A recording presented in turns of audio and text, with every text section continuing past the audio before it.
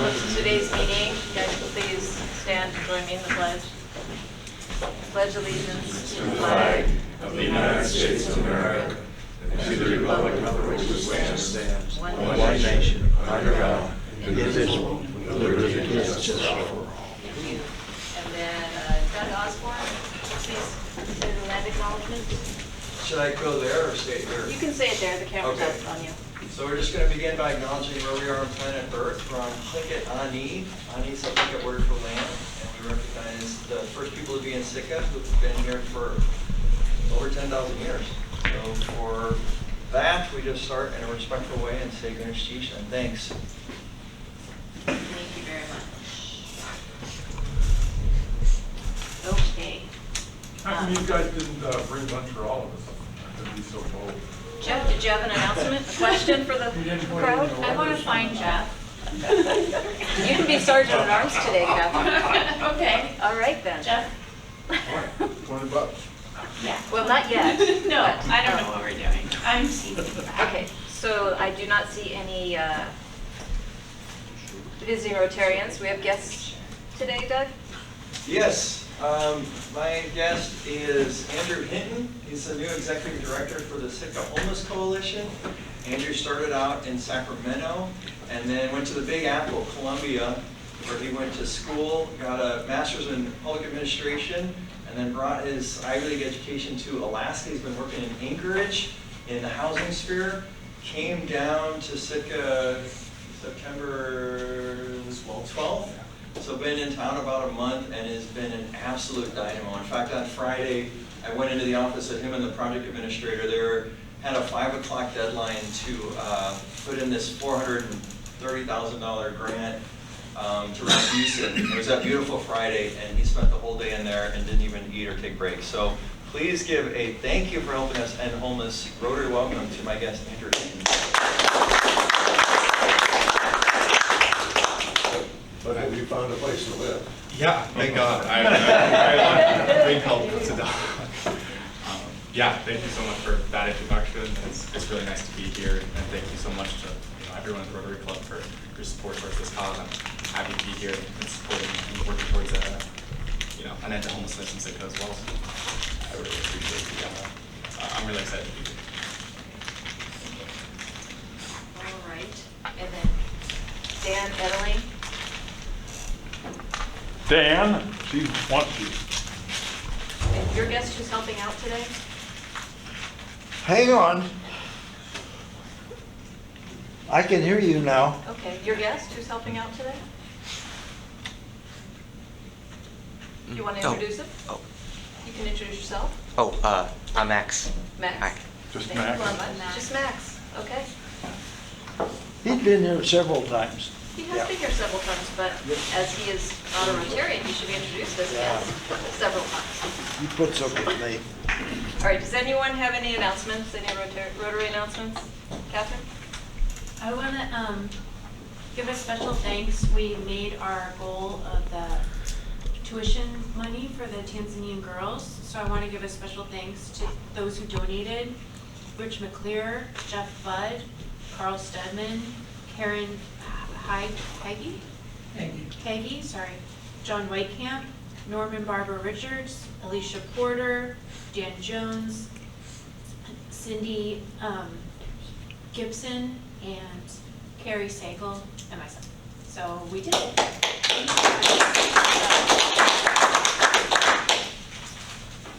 All right, anything else? You want to talk about the road cleanup? Sure. I'm sorry to talk again, but we did the road cleanup. John Stein was there, and Ed, and Dan Jones, and it was fun. We cleaned up the roads. Great. Saturday. Thank you guys for being out there in the rain and the muck. Well, I was not. And we wore our Appreciate you. vests. I just want you to know. Great. Did anyone take a picture? No, but we wore our vests. Okay. All right then. And we got life points because we picked up recycling in addition to the trash. Good job. John? So the road where everybody was queued up waiting to get through the traffic guards was all cigarette butts. So we collected several tens of pounds of cigarette butts. So. Yeah. Nice. We, I don't know if Kibby was interested in joining Rotary, but there was a woman new to town and her husband that joined us. And we met an individual who was asleep in Teranoff's awning and had a bunch of cigarette butts right in front of him. And then we woke him up and he was like, did I do all that? I don't know. But anyways, so we had an interesting conversation. All right, so just a reminder that next Tuesday is Alaska Day. We will not be having a Rotary meeting on Alaska Day. So we'll be meeting here again on the 25th for our next meeting. So if you show up here, I'm not even sure if the building will be open on Alaska Day. I don't know. It will be, so you can wander up here, I guess, and sit here by yourselves. But so you know, and pass it on if you see any other fellow Rotarians that aren't in the room and are not on Zoom. Does anyone on Zoom have any announcements? Kari? I have a quick two. There's a child care awareness fair on October 22 from 10 to 12 at Blatchley. Looking at your beautiful faces, I'm thinking not a lot of you have children 0 to 12, but perhaps you have grandchildren or children you're interested in. It's an opportunity too for people who provide child care or services to children have a table. And the goal is to have affordable, available, quality child care in Sitka. And then I'm looking at Vince Winter's face in appreciation because there is a roundup at the register at AC Lakeside that's been going on for 4 weeks now. And it's in support of the Tulum Aral Scholarship, which is a scholarship for children, Sitka School District children of Filipino descent. And there have been some questions like, why those children? And there's a very good answer. I've been helping them claim their scholarships and they don't have a lot of knowledge. They might be the first kids in their families going to college and their parents have asked us to give them that push to go on to not just college, but any further education at all, even a class. So please shop at EC Lakeside and round up at the register and then they'll match up to $2,000 your roundup. Thank you. Thank you. Okay, one other Rotary announcement. Doug? I have an announcement. KK Prussian is the person who put the pump track together, and she wanted to say thank you to the Rotary. The Rotary contributed money. There's a ribbon cutting. The mayor's going to cut the ribbon this Friday at 2:30, and Blatchley gets out at 2:10. So you're going to see a bunch of very happy middle schoolers of all ages, but middle schoolers riding on this pump track, which is near the skate park. So come if you want, but she mainly just sent me to say thank you to the Rotary for that support to build this new thing that will be very fun. And then one other quick one, this Friday at A&B, if you know anybody who likes to have the fun of bingo with also a little bit of light, moderate activity to help prevent falls, it's called Bingo Size A&B 1 to 2 every Friday from this Friday until the middle of December. You will have prizes, you will have bingo, you'll have fun, it'll be social, and also it has a fall prevention, so it's proven to help people from falling. And so that is starting this Friday, and all are welcome, it's free. Thank you. Thank you. Okay, and then so just so everyone knows, we are still looking for a president-elect for next year, or for this year, so that they would actually be president next year. So Jay Stillwell is our vice president, so he'll be president the year after that.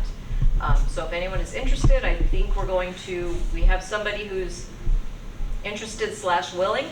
So we'll probably make a decision at our next board meeting, which will be actually next Monday, October 17th.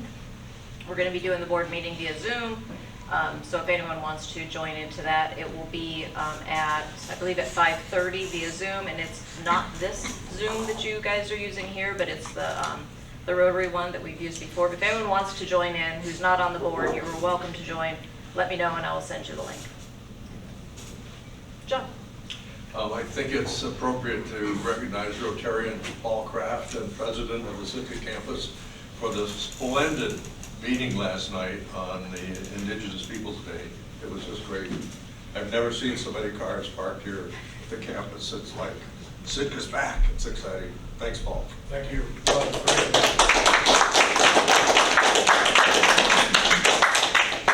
Any non-Rotary announcements? that we didn't cover?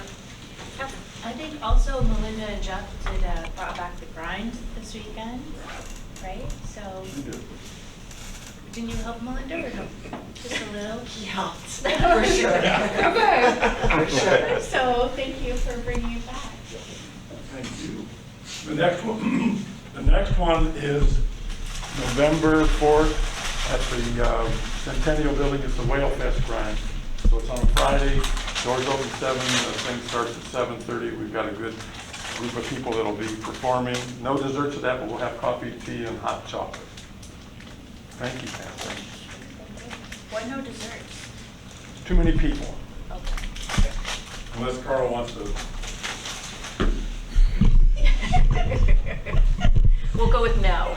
Carl's not. I go with no on that one. Okay, so, no one has anything else. I would like to welcome up Jeff Budd, who is going to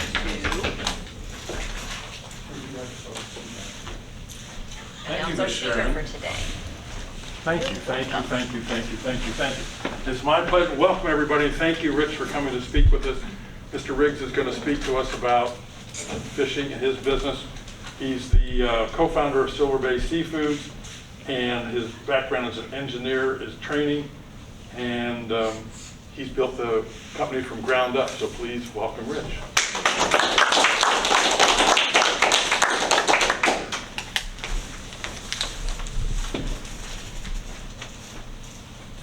Bear with me here for a second. Thank you. You're welcome.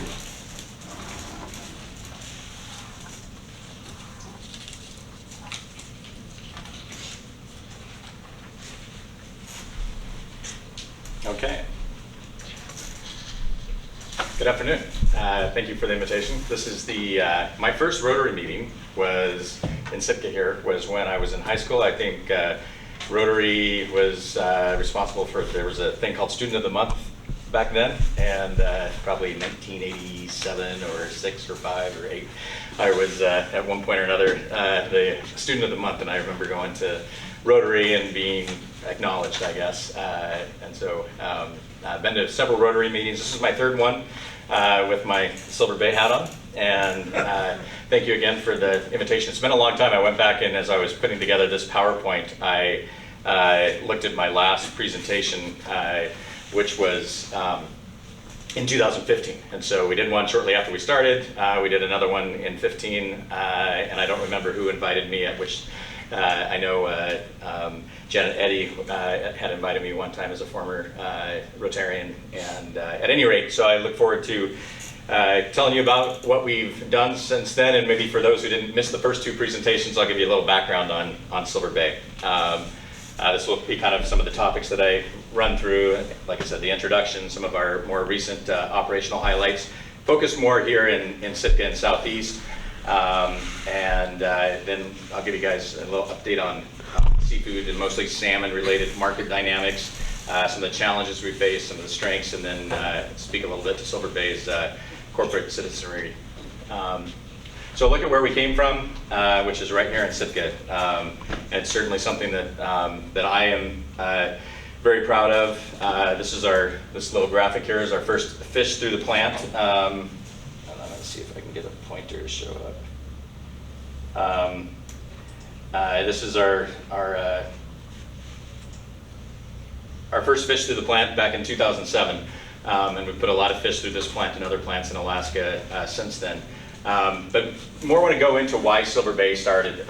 So the main focus initially was right here in Sitka, and specifically the Southeast seine fishery. And when you look back to the 10 years that preceded Silver Bay start, which was 2007, there was an abundance of resource year over year, but there was a lack of processing capacity. And that was the case in 9 of the 10 years preceding Silver Bay. The 1 year where it wasn't was 2006, the year right before we started. But in other words, the returns were such that there would be an opportunity for more harvest. The limiting factor was not the science or the run strength or the biology, it was the sheer capacity. And so again, these are resources that are going to be going up the stream. When you think of pink and chum salmon, which was our primary focus, that we're going to be going up the streams to perpetuate future fish, but additional fish up the stream does not create, like if you look at pink salmon with a parent year or a 2-year life cycle, they want their escapement goals that are a lot of science behind that, but the excess escapement does not necessarily mean more fish 2 years later, and it could, frankly, potentially be a negative thing. And so you had a lot of fishermen that were put on limits because there wasn't this processing capacity. And so this ideal of Silver Bay and building a state-of-the-art high-volume processing and freezing facility was born right here in Sitka, and I really give Sitka, the community, at that time it was the Salmon Cove Industrial Park Board, which is now the GPIP Board, CETA, which now I'm a board member of, and also the Assembly and whatnot, to share this vision that we had of, and frankly we had no idea of what Silver Bay was going to become for Alaska fishermen and Alaska communities and just employees, etc. And so if you look a little bit at a typical salmon graph, that's what this graphic shows. So this is a typical bell-shaped curve for a salmon graph, and so specifically return and specifically pink salmon. And so prior to Silver Bay, in those 9 of the 10 years that I was speaking to before Silver Bay started in 2007, you had a processing capacity line that was below the top of the run curve.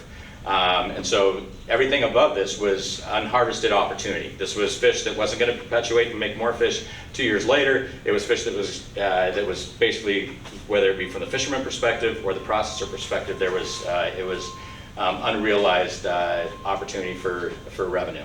And so also what happens in this scenario where the run strength is above the processing curve, you put fishermen on limits.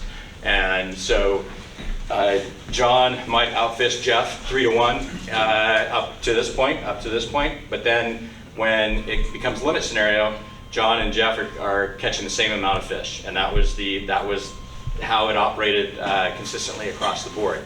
And so the fisherman that catches 3 times the amount of fish on the shoulders is the one that's the most frustrated. It might, for whatever reason, he's got more invested in his equipment, maybe he works harder, whatever the scenario, or he's just better, right? Whatever the scenario is.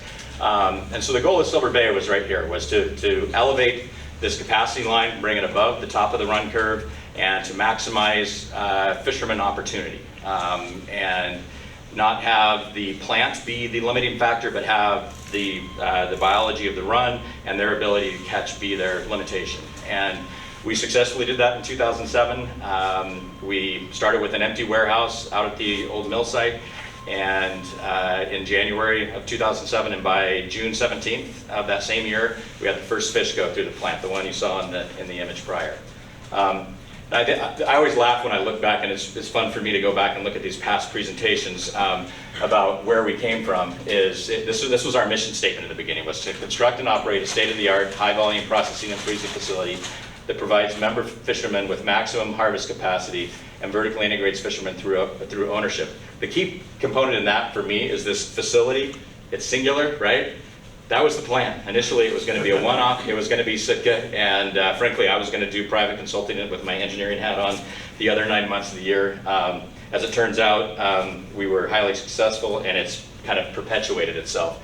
That first year, we started out with, I don't know if let me go back to here real quick. But this first year, when we first started at the former mill site, and we're located right here in the, for those who've been in Sitka for a long time, the pulp dock warehouse. Myself as a college, I grew up commercial fishing, but when I was in college, I probably broke my dad's heart, but I didn't go out trolling, and I worked at that pulp mill for a few years in the, before I graduated, so it'd be the early 90s, I guess, early 90s. But for me, seeing the mill as a lifelong Sitkan, seeing see the mill close, and know Sitka's goal to develop this industrial park and see industry come in, whether it was water, whether it was any of the other visions that have come in, but to see us come in and not just have this great vision, but also implement it is certainly something that I think Sitka can be proud of. I know the fishermen that fish for us that live here are certainly proud of what we've done for the community and for the fishing industry in general. We started out, that initial project was 35 fishermen that many of them invested their life savings. It was a total of $7 million capital investment to build the state-of-the-art facility. It's kind of, you drive by and it doesn't look anything special on the outside, but it is very unique and was especially so in 2007 on the inside. and many of them invested their life savings on this passionate but what was then an unrealized dream of Alaska fishermen. And so the Silver Bay vision then is the same as it is now: maximizing fishermen opportunity, be the low-cost producer, maximizing the value of the resource. You look at the state of Alaska and ASME, Alaska Seafood Marketing Institute, which I'm a board member of, but that same goal is to maximize the value of the resource. Sharing in profit for the fishermen, so we have complete transparency on what our costs are, what our revenues are. And so we have fishermen board representation. We have entities throughout the state, but everyone has fishermen on that board so that they can make sure that the original heartbeat of Silver Bay is perpetuated going forward. And so now you look at a company snapshot of where we are today. We started out with our corporate headquarters here in Sitka. We still call this our corporate headquarters. We do have an administrative office that's we opened in Seattle, and it has become quite robust. We have 6 facilities in Alaska, 3 facilities in California. We entered into squid in 2016. I'll just touch on that briefly as far as our timeline. But what's really neat is we started out with those 35 fishermen, and now we are over 550 fishermen statewide that are all vertically integrated and part of that original vision of Silver Bay. We have 165 full-time employees and a little over 2,000 seasonal employees. And what's really neat, when we first started here in Sitka, that very first year, we were 152 employees from top to bottom. Everybody wore rain gear, myself included. To see us now have more than that in full-time employees, and again, be over 2,000 on the seasonal is just quite amazing to see where that growth is. This is our timeline, and I'm not going to go into all the detail, but here's that Sitka facility in 2007. Then we went to Craig. We opened that facility in 2009. We were actually riding the city of Craig, similar to Sitka, has an industrial park, and they were looking for the seafood industry to come in. Frankly, at that time, I was really frustrated when I was writing the response to the RFP because I didn't even know how this first chapter was going to end here in Sitka.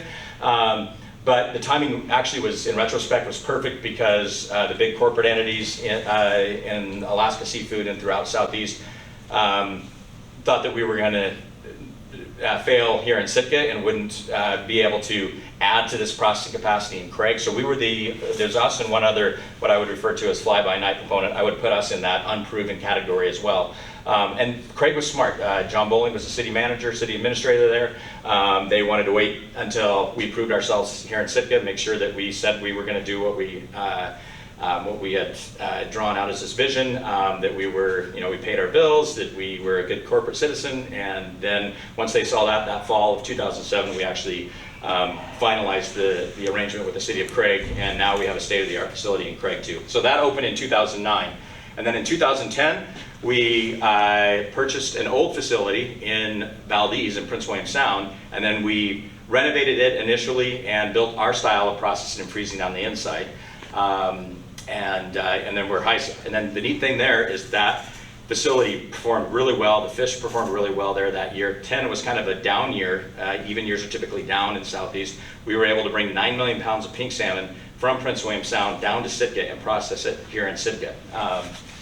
And then 11, it doesn't look like we really did anything, but what we did is and this is kind of the transformation that we've seen here locally, is we started out with this footprint in Sitka, which initially we were a third of the pulp dock warehouse building.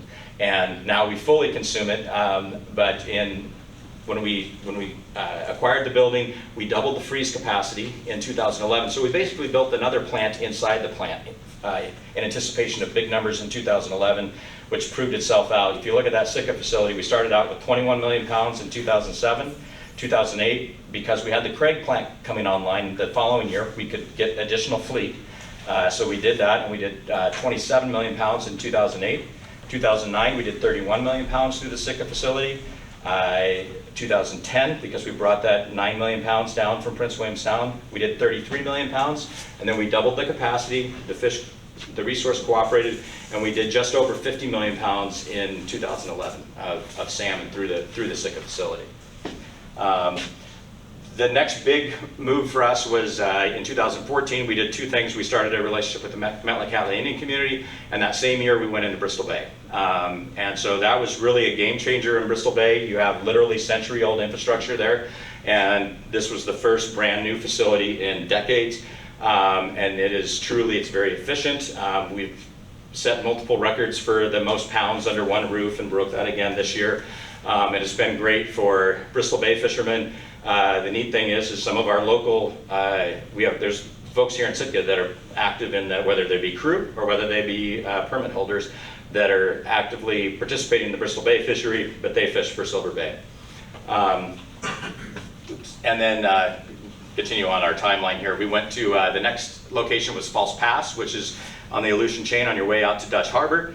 And our final in 2020 is we went to Kodiak. And again, there we bought an old facility, and we're in the process now of remodeling that facility. It's actually a year-round facility. So total of 6 facilities in Alaska. We have, in that time frame from 2007, 16 years later, we are the largest salmon processor in the state of Alaska, and we are the only processor of size that's Alaska owned. Then that's the dovetail into who we are as far as the local leadership and folks. So Troy Dinkinger is a co-founder. He's the chairman of the board. He's really the one that had that vision. He relayed his vision of what he saw for Silver Bay to me. Again, it was singular at the time. It was here in Sitka. Troy's has 2 daughters, Haley and Adriana. Both Haley's gone through Sitka High School. Adriana is currently going through the high school, and his wife Vicky runs a retail operation here. And so they are definitely local and invested in Sitka from so many ways besides a Silver Bay financial investment, right? We're truly invested in the community. Troy and I, so both co-founders, both on our boards. He's the chairman of the board. I was originally our CEO. My first business card was CEO/plant manager for the Sitka facility, and we shared a president and CEO role through 2019. During that time frame, at the end of that period, we had hired Cora Campbell. Cora is a lifelong Alaskan. Grew up in Petersburg, was a commissioner of Fish and Game, did some other things in the private sector in Alaska seafood, and she was already on board with us in government relations, and she took our collective titles starting in 2019, and now she is our president and CEO and carries that role. She likewise lives here in Sitka. Her husband Casey grew up here in Sitka, and so they are involved in other interests likewise here in Sitka, and so good. And they have two children, Nicole, who works for Silver Bay, and Eric, who's currently in Sitka High School. And so that's for me. I grew up here in Sitka. My earliest memories in life are commercial fishing with my mom and dad on a little boat called the Silver Sea. Troll fishery was a lot different then. I grew up commercial fishing. I fished for Alan Anderson, who's another local here and someone I look up to and respect. Taught me a lot about work ethic and that kind of thing. Was a former SPC board member.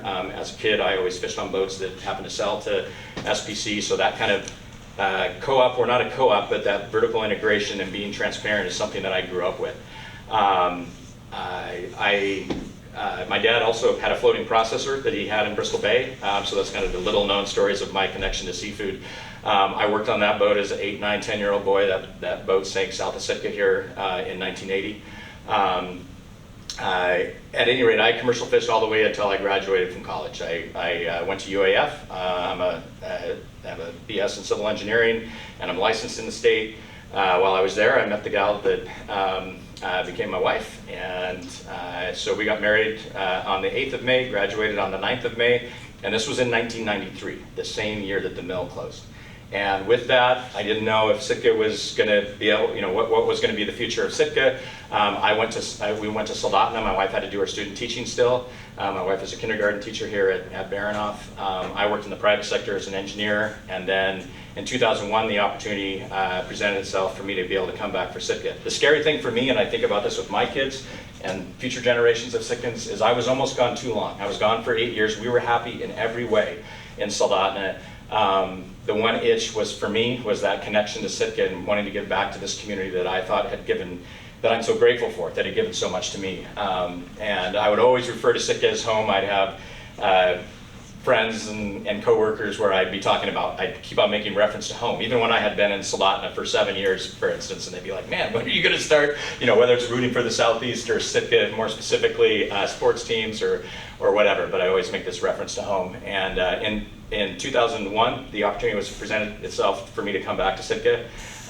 Frankly, Gary Paxton was our city administrator then, and between him and Hugh Bevan, made that opportunity available for me, and I was the public works director up until Silver Bay started.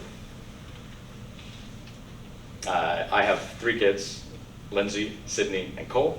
Sydney actually works for Silver Bay. My son is a senior in college, and Lindsay is a PA in Arizona. She actually works in a Navajo reservation as a PA. And then there's my wife, Nicole, which is someone who's been great throughout this process and evolution of Silver Bay. Just my favorite thing, one of my favorite stories is when we first started, and I shared this thing about Silver Bay. She's like, you just need to make sure you commit to coaching the kids, and I coach baseball and softball. And I'm so thankful that she did, because in those early days, I would have been stuck out of that plant for 24 hours a day.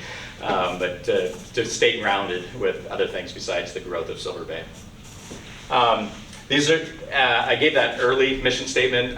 This is where we are now with that mission. Our mission is to build a world-class seafood company. And the vision speaks to the Silver Bay experience. Silver Bay experience applies in so many ways. It applies from the fisherman experience, from the customer experience, the employee experience, and the community experience. And so we always want to strive to provide that Silver Bay experience at all levels. And then these are the values that we've identified: always aiming higher, being accountable, and being stronger together. I'll look at some of our recent regional highlights here in Southeast. In 2021, we had 80 active fishermen. We put nearly 90 million pounds through our Southeast facilities. That's a combination of Sitka and Craig. This year, on an even year, we don't have as much abundance on the salmon side, specifically pink salmon, and so we were about 75 million round pounds in 2022. But things do look optimistic going forward. We hit kind of a lull here in Southeast, 2016, 2018, 20, but we're looking at, we feel there's a lot of reason for optimism on the science side of things going forward. And in 2021, because the frozen market was a little bit concerning, and when I showed that timeline, one of the things I should have pointed out, but I didn't, was in 2015, we started a can line in Sitka. And so Sitka's changed a lot as far as what it used to be, just cut the head off and take the guts out and freeze the fish in a block form. And it was a very good model then. Since then, we do fillets in Sitka, we do canning in Sitka. In 2021, we produced a record level of cans, about, I believe, almost 13 million cans were produced through the Sitka facility in 2021. And this is just graphically shows the same as far as where it's been in the recent past and what we've done here in Southeast. On a statewide basis, in 2021, we did 340 million pounds of seafood through our facilities, through those 6 facilities, and in 2022 we were about 300 million pounds. Again, on a salmon basis, we process more salmon pounds, but on a global market basis, we certainly sell a lot more, because some folks have internal programs that we don't have yet. And these are the can numbers, the 12.5 million cans of pink salmon in 2021. And certainly complements everything that we do here in Sitka. There is a video that we couldn't get to link up. We had some IT issues here, so if anyone here, well, I can show it through the video, I guess. After the meeting, I can show you a video of the cannery aspect and anything else you want to see, frankly. Historical salmon volume and value. This is salmon in general. If you look specifically at pink salmon, certainly Silver Bay has had a really positive impact on the value of pink salmon. I think in 2006, or if you go 2005, we were down in maybe the mid-teens, and we've seen this dramatic ramp up, and now we're trying to continue to push that value up again for the fishermen. In general, the trending is in the right direction. There's been a few dips on a more holistic level. And this is a slide from Southeast Conference that speaks to the industry report card. I think one of the things that's noteworthy is the job increases that you've seen. And this is just for Southeast, but substantial job increases in 2021 relative to the preceding year in 20. 20 is obviously an even year, lower abundance. I think that with COVID, you likewise had some reductions. For instance, in our case, we didn't open our Craig facility in 2020. I'll give you guys kind of a snapshot on some of the market aspects that are impacting salmon, and more targeting not as much the king salmon side of it, more so like pink, chum, sockeye. Those are our big three. COVID definitely played a role in our markets. We all saw the lines around the retail stores, Costco, et cetera. And frankly speaking, Alaska salmon really saw a lot of positives, because the majority of, yes, you can go to the grocery or to the restaurant and you'll find white tablecloth with salmon on the menu and whatnot, but retail heavily outweighs the food service side of where our protein goes. And so with that, you saw some tremendous demand on salmon products, whether it be from pink salmon portions to or pink salmon cans. You can imagine a lot of folks were stocking their shelves and whatnot with canned goods and shelf stable. That was also a big uptick, as well as the frozen retail side with sockeye fillets, sockeye portions, that kind of thing. And so with that, we saw some real strength here. Now we're plateauing off. Now we've got new conversations with what's happening with the economy, right, and how that may or may not affect frozen salmon, as well as the other thing that affects our markets is, on a global basis, is these export market influences. So whether it be exchange rates, we went through a lot of uncertainty, if you will, during the trade war times, which was with China, but then the most recent development is the conflict in Ukraine, and so whether or not U.S. entities or European entities are going to accept Russian seafood, and that's really, when I talk about competing production, we all think of farm fish when we think of salmon, but the other one that's out there is Russia's salmon. Russia produces more salmon than we do. If you look at the last 10, 12 years, year over year, they're producing more salmon than us, and I have a slide on the next slide that will demonstrate that.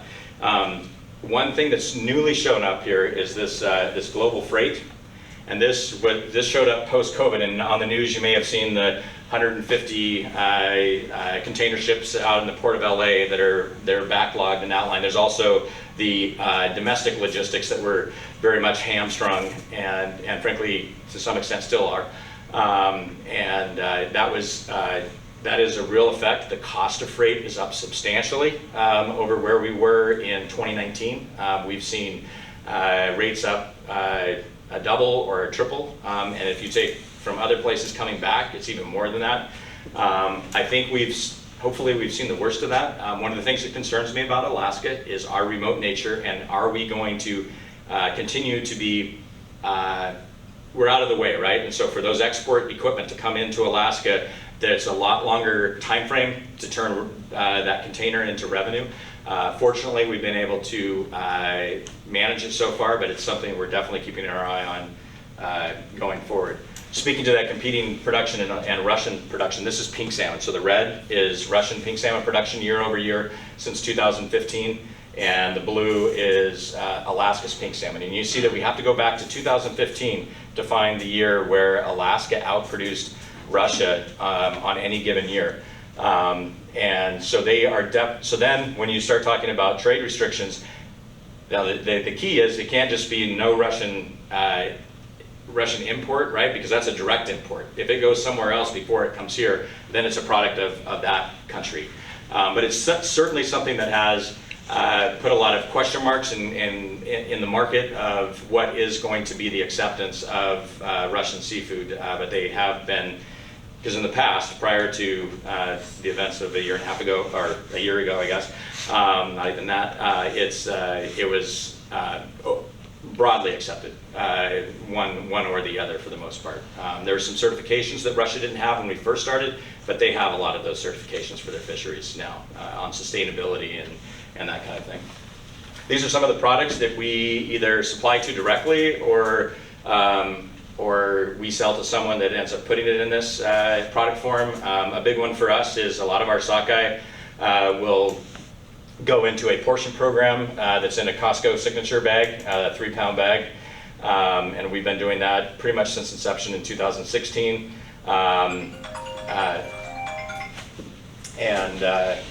Anyway, here's some shelf stable. We do salmon oil. We produce this in Valdez. We don't produce in Sitka yet, but we produce salmon oil with omega-3s. This is a New Chapter product. New Chapter is a big customer of ours, as well as a shelf stable welder, be in a can or in a foil pouch. Some of our negatives I already spoke to is that competing production, as far as the things that are concerning the market, is the competing production, the global economy, other geopolitical, on a global basis that have effects to us. Exchange rate is a big one. We supply a lot domestically, but we also,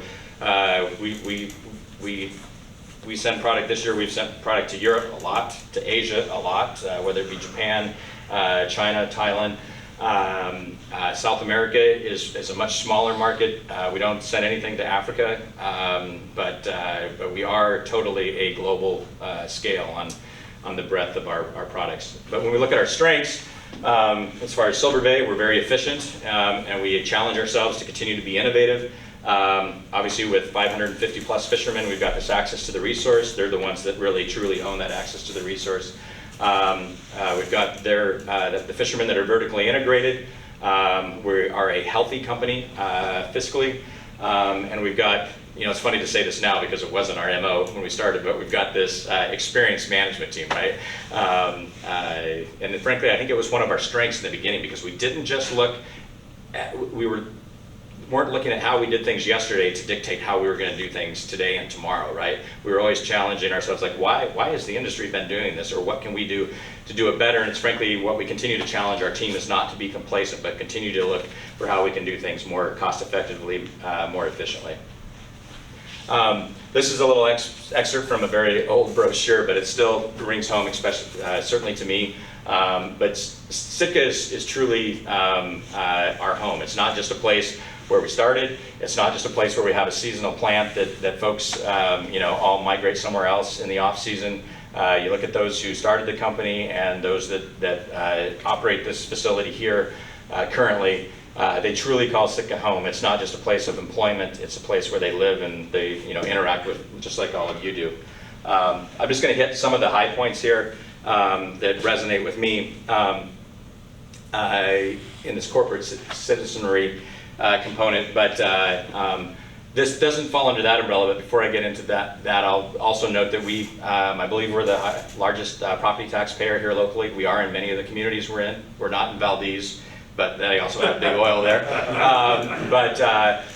Which is something we're proud of, that we've built this infrastructure and these assets up, and we contribute back to the community. Obviously, raw fish tax is likewise a big contributor in all the communities we're in. And we are the largest property tax contributor in Sitka here. On the employee side of things, a few things that I just make note of is there's an employee former employee by the name of Tim Kibby. I always refer to Tim as employee number one. And if you look at this plaque here, is kind of a dedication to Tim.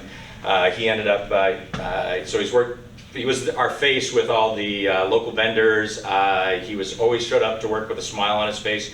And unfortunately, Tim passed, frankly, just right before my dad passed away. But I did come back and spoke at his celebration of life. And he was just a great part of the Silver Bay family. And I remember Tim, he had his battle with cancer. He thought he beat it, came back to work, left, it came back. He was in the battle again, and then he came in. I could hear his voice outside my office, and then he came in and he explained that the treatment wasn't being successful any longer, and he said, so there's 3 things he wants to do. Want to spend more time with his mom, the other is spend more time with his grandkids, they live here, and the third was he wants to come back for the period that strength allows and work for Silver Bay. Of course, tears, gave him a hug, and his last birthday at the pub, I gave a little toast to Tim. He rang the bell, and I said that his jersey, talked about how his jersey will forever hang in the Silver Bay rafters. And so you can see the employee number 1, and this honoring Tim. This is in our corporate office, but this is also at our Sitka facility. And it's frankly, when I take a customer through the plant, that's the first thing I tell them about is who this man was and who he is to us today. We do an employee recognition award through all of our employees. We call it the Kibby Award, and it's for folks at a plant basis and then overall winner that represents many of the attributes that Tim brought to Silver Bay. He drove a forklift and he was an expediter, but he was a great part of that Silver Bay family. Likewise, Raja, who actually is the first Tim Kibby Award winner, him and Jen both live here in Sitka. They met at Silver Bay. They had the first baby in Sitka in 2022. On a global perspective, different things over time that we contributed to. One is after the earthquake and tsunami in Japan, we contributed to there through the Minato Skiji. No knock against International Red Cross, that kind of thing, but we wanted it to get right to those coastal communities that we have this kindred spirit with here in Sitka, and so the Minato Skiji was doing a program that we thought fit us, and so we donated $150,000 to the Minato Skiji. Not in here is when the hurricane came through and had a devastating impact on where we had employees in Puerto Rico. We ended up making a large donation there, and then most recently is in Ukraine. We did a company donation. We did a match with Silver Bay employees that netted out about $130,000 in donation. And that went to the World Kitchen. We also donated a container of pink salmon. I meant to bring some in. You can see the picture of it here, but I meant to pass some around. I have some in the office, but we donated a container of pink salmon to Ukraine. It got to Ukraine in August, and so those are some of the things just on a more global scale. Outside of Sitka, but still near and dear to those of us in Southeast, is that we do a benefit golf tournament every year that goes to Seattle Children's Hospital. Obviously, a lot of folks here in Southeast are familiar with Children's Hospital. I had one of my kids that went there for a scare that ended up being a non-event, but I know almost everyone I know has had some sort of visit with their kids there at some point or another. And then a lot of our local focus has been on youth, just tomorrow's leaders here in Sitka, and whatever activity it might be that they're involved with. And then some of the other local things. This is a more recent one regarding the opioid crisis. I'm trying to accelerate through some of these, but also the community playground. We contributed towards one of the Sitka Way Station at the community playground, as well as several others. And then a relationship we're certainly very proud of is with the Sitka Sound Science Center. Mr. Stein, I know you were a leader there in that transitional time frame when it went from SJ to becoming what the Sitka Sound Science Center is today. And we're very proud of being there when the Sitka Sound Science Center really needed somebody to be there for them and to help out with revenue and opportunity with their fish and turning it into revenue. We do a program with them where we Salmon Makes Sense with a CENTS, and we donate a penny for every marketable can. That's not the limitation of our donation, but since 2017 we've donated over $500,000 through that grant program that we do postseason. And so we're very proud of that, and they're focused on maintaining science throughout the seafood industry. And so those are just some of the things on a local level and a global level, but it all started right here in Sitka that we're able to contribute to and proud of. With that, I know I ran to the bitter end of my time frame, but I'm open to whether it's here formally in your meeting or post-meeting available. I can show you some videos of the can production in Sitka. But I can just tell you that we, from the fisherman perspective, from the company perspective, we're just really proud to say that we got started here in Sitka and that we are a part of this community. I call it paradise. Anybody that knows me in the industry knows my reference to Sitka, and it's a running joke. I don't care if you look at my WeChats, my WhatsApps, my Kakao Talks, as far as how I communicate with others around the globe, but they always know that my reference to Sitka is paradise, and paradise is not just when it's 70 degrees and clear blue skies, but it's the same thing that you guys call paradise, is this community that we live in. There's so many more things than just the weather, and it's the people and all that. So anyway, thank you.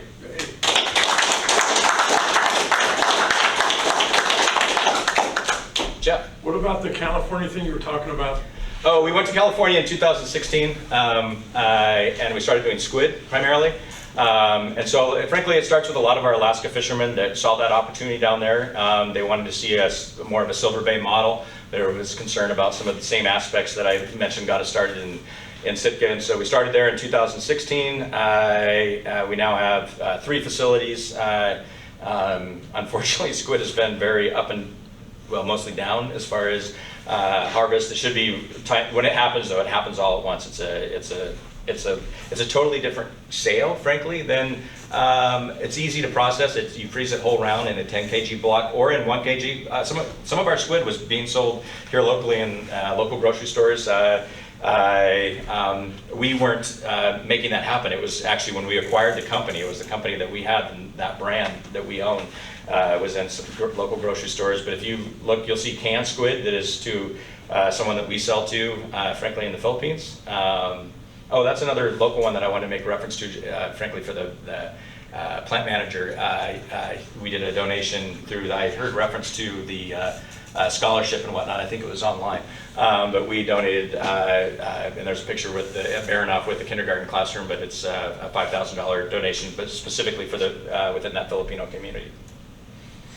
But yeah, so we've been in California since 16. We actually have a shipyard down there, ironically. You could have a shipyard here too. We tried to do that once, and it didn't. It was, but I'm happy to know that Sitka has made an investment in that opportunity going forward. Who eats squid? Calamari. Yeah, well, it's calamari is the one that you might order in the restaurant, even here locally. It's a global consumable item. If you go into the grocery store and look at the canned squid, and it's going to be whole round. But it's common in Europe, Asia markets.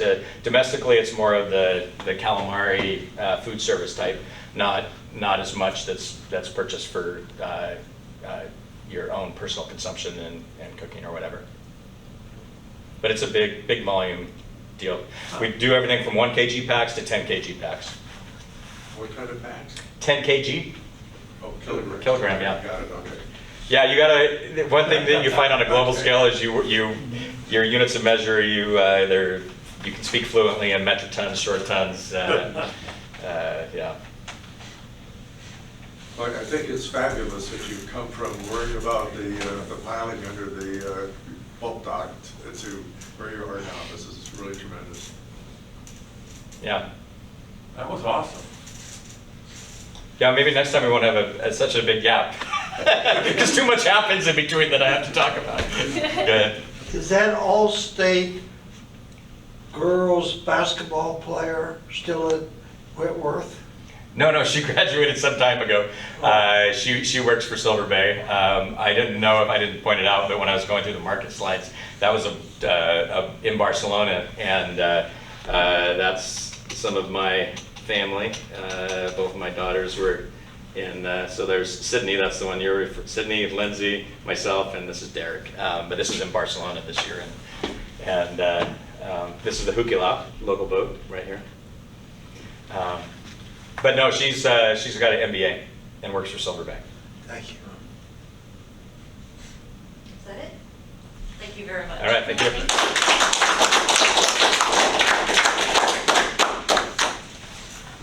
I'll stay around and watch the videos Ben. Okay, so just a reminder again, no meeting next week.